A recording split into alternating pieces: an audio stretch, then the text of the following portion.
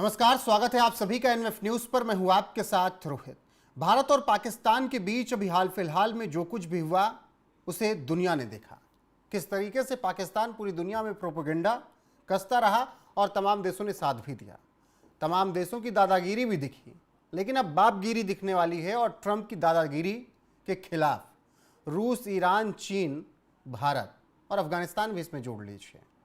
अब इन सब की जो प्लानिंग हो रही है ना, वो प्लानिंग भारत के खिलाफ साजिश रचने वालों को मुंहतोड़ जवाब हो गई। अफगानिस्तान से बहुत बड़ी बातचीत हो चुकी है और एनएसए अजीत डोभाल की मुलाकात, बातचीत, जयशंकर का क्या कुछ कहना, और फिर विदेश सचिव विक्रम मिस्री का अफगानिस्तान के नेताओं से मुलाकात करना पिछले कुछ वक्त में। तो इसी पर चर्चा करेंगे। मेरे साथ हैं पंकज प्रसून। पंकज जी, पहले विस्तार से एक बार समझाइएगा क्या कुछ खिचड़ी पक रही है ये। पिछले 3 दिनों की मैं 3 बड़ी घटनाएं बताता हूं। जो भारत के विदेश मंत्री एस जयशंकर हैं, वो अफगानिस्तान के विदेश मंत्री से फोन पे बात करते हैं।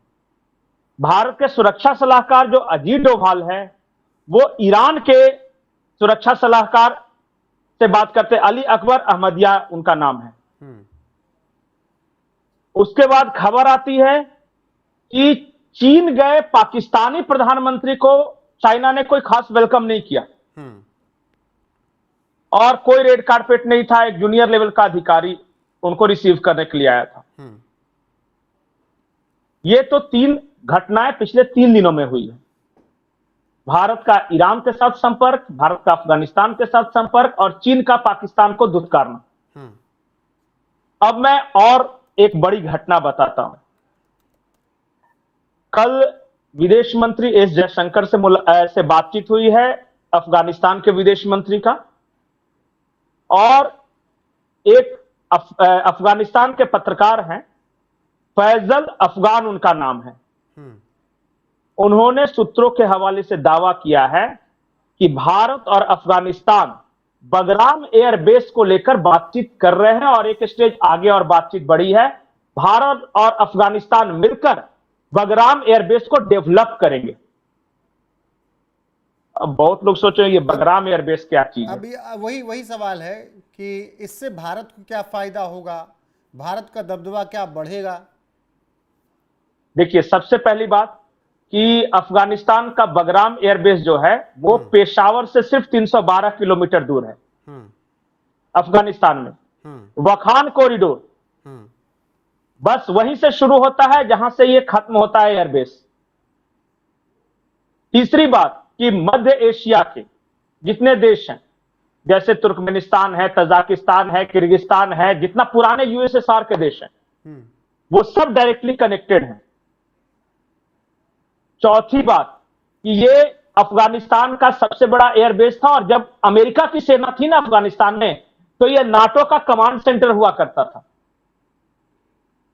पांचवी बड़ी बात कि इस एयरबेस की दूरी चीन के जिंगयांग प्रांत से महज 415 किलोमीटर की है और उसी जिंगयांग प्रांत में चाइना का न्यूक्लियर आर्सेनल रखा हुआ है और जहां पे चाइना की मिसाइल बनती है वहां से 1120 किलोमीटर की दूरी है।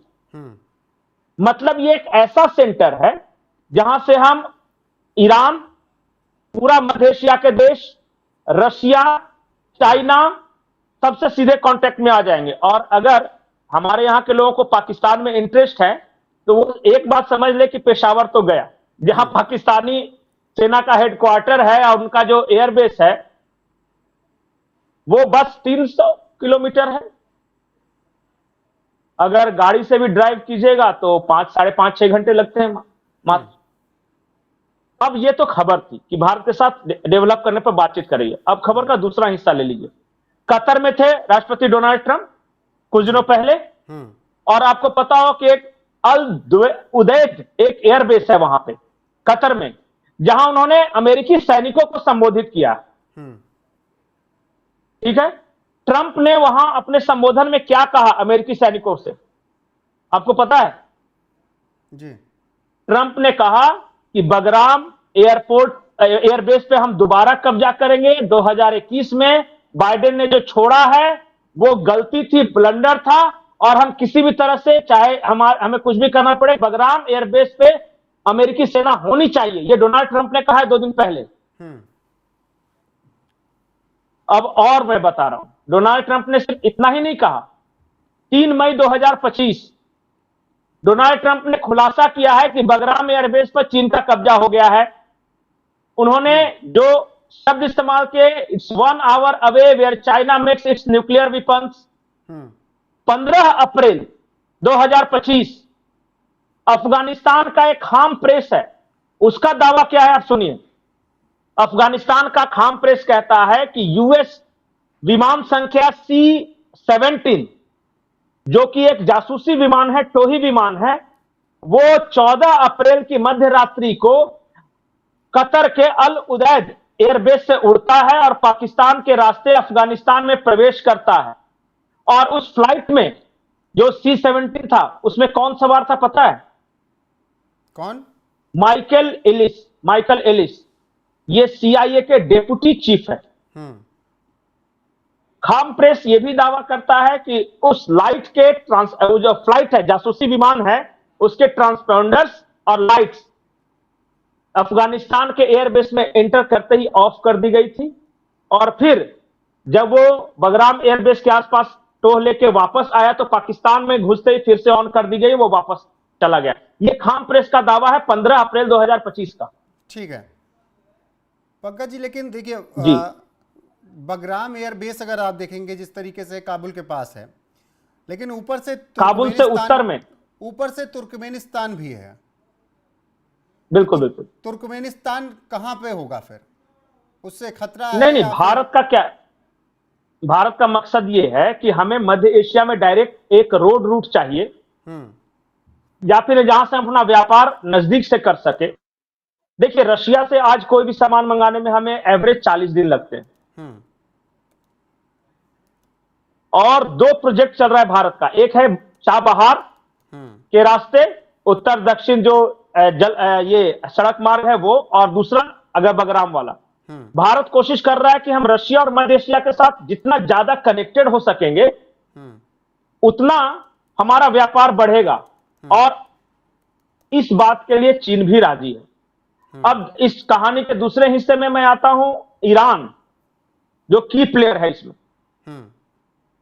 NSA अजीत डोभाल ने कल ईरान के जो वहां के राष्ट्रीय सुरक्षा सलाहकार है उनसे बातचीत की, और बातचीत में 2 बातें हुई। एक तो चाबहार एयरपोर्ट का जो बाकी बचा हुआ काम जितनी जल्दी से निपटा लिया जाए, और दूसरा जो नॉर्थ साउथ ट्रांसपोर्ट कॉरिडोर है, जो भारत ईरान वगैरह मिलकर बना रहे हैं, उसको कैसे और एक्सपेंड किया जाए। इसका भी मकसद यही है कि हम ईरान के साथ, अफगानिस्तान के साथ, किर्गिस्तान, तजाकिस्तान, रशिया के साथ हम कई तरह से जुड़ जाएं व्यापार के लिए। लेकिन देखिए, अगर पंकज चाबहार की बात कर रहे हैं, फिर चीन की नजर ग्वादर पर है ही, तब फिर ये कॉन्फ्लिक्ट और नहीं मैं बढ़ेगा? बताता हूं, नहीं, मैं इसलिए बताता हूं कि जब आप चाबहार पोर्ट का एक मैप अगर दिखाइएगा, तो चाबहार पोर्ट से एक रेल लाइन, पहले तो ईरान के बॉर्डर, ईरान अफगानिस्तान के बॉर्डर तक एक रेल लाइन गई है, और वहां से जो भारत ने एक हाईवे बनाया था काबुल तक, वहां तक कंप्लीट है। आप वखान कॉरिडोर का जब मैप दिखाएंगे तो चाइना सीधे वखान कॉरिडोर में अफगानिस्तान से जुड़ा हुआ है। अफगानिस्तान ने ऑफर किया है कि तुम आके वो कनेक्ट हो जाओ चाबहार पोर्ट से, तुम्हें भी सी मिल जाएगा, इस तरह का कोई विवाद नहीं। ईरान तुम्हारा दोस्त, अफगान तुम्हारा दोस्त। ये पाकिस्तान वाला प्रोजेक्ट फिजिबल है ही नहीं जो ग्वादर है वो, और चीन को फायदा भी नहीं है।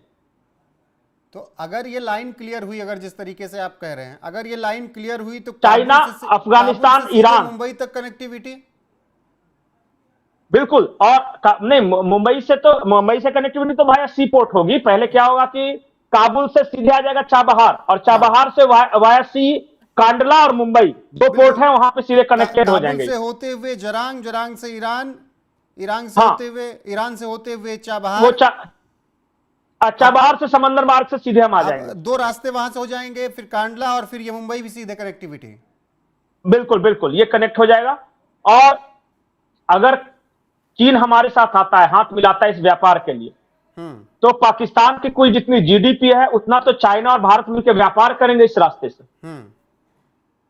इसलिए वो सीपीईसी का अल्टरनेटिव विकल्प दिया है भारत ने भी, ईरान ने भी, कि उनके चक्रों में मत फंसो, तुम्हारा पैसा डूबेगा, तुम आ जाओ हमारे साथ, और रशिया, ईरान, इंडिया और चाइना और अफगानिस्तान, हम पांचों मिलकर बहुत ट्रेड करेंगे, बहुत व्यापार करेंगे, और हमारी पहुंच सीधे अरब देश, मध्य एशिया और यूरोप तक हो जाएगी, और तुम्हें जो समंदर चाहिए इधर वो चाबहार पोर्ट में मिल जाएगा। लेकिन अजरबैजान तो बीच में पड़ेगा ना, अगर रसिया से कनेक्टिविटी हो रही है तो।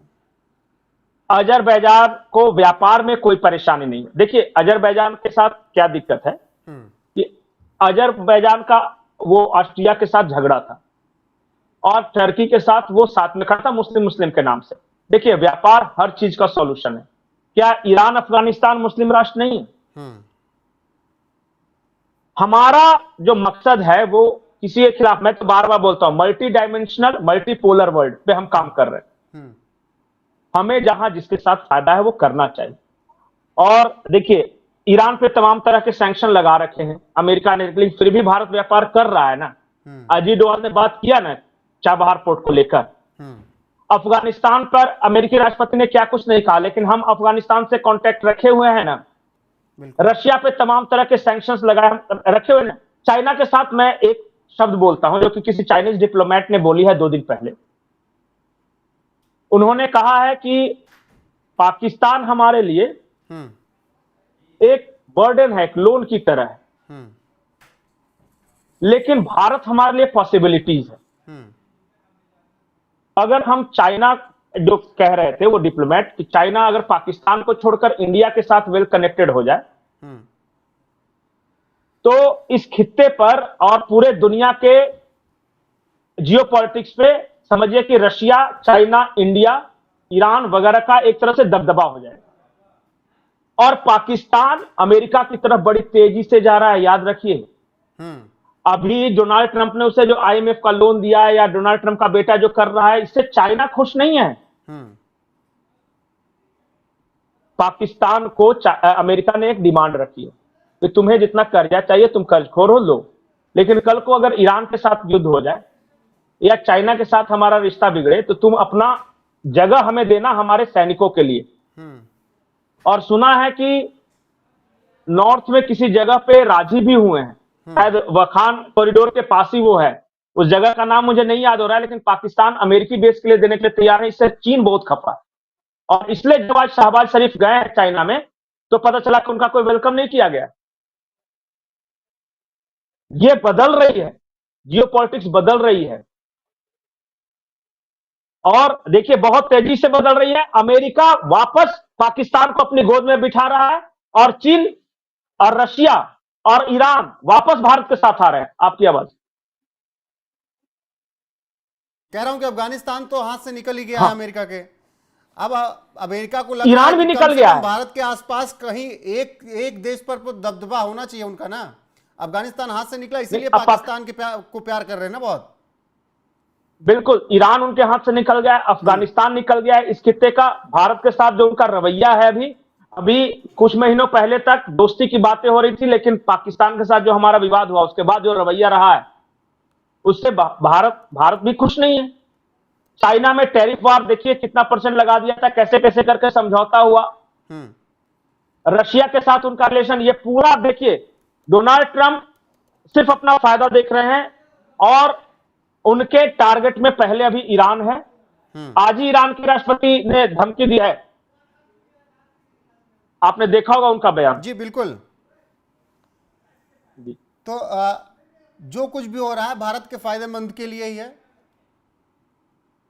देखिए भारत किसी के खिलाफ नहीं, भारत ज्यादा से ज्यादा व्यापार करना चाहता है। आज ही भारत ने एक नॉर्थ ईस्ट में मेघालय सिलचर एक हाईवे बनाया है, 4 लेन 8 लेन, उसका कंप्लीट वगैरह हो गया है। अब देखिए वो सीधे, वो तो एशियन कंट्री के साथ भी व्यापार करना चाहता है। हम तो अमेरिका के साथ India, middle east, Europe economic corridor भी बना रहे हैं, उसी तरह हम ईरान के साथ भी कर रहे हैं।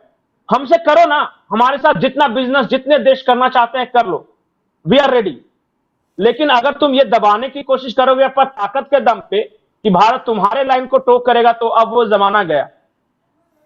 बिल्कुल पंकज जी, फिलहाल जो एक दादागिरी चल रही थी तमाम ऐसे देशों की भारत और पाकिस्तान के बीच, अभी जब युद्ध वाली स्थिति थी, उन सबको जवाब अब धीरे धीरे मिलेगा।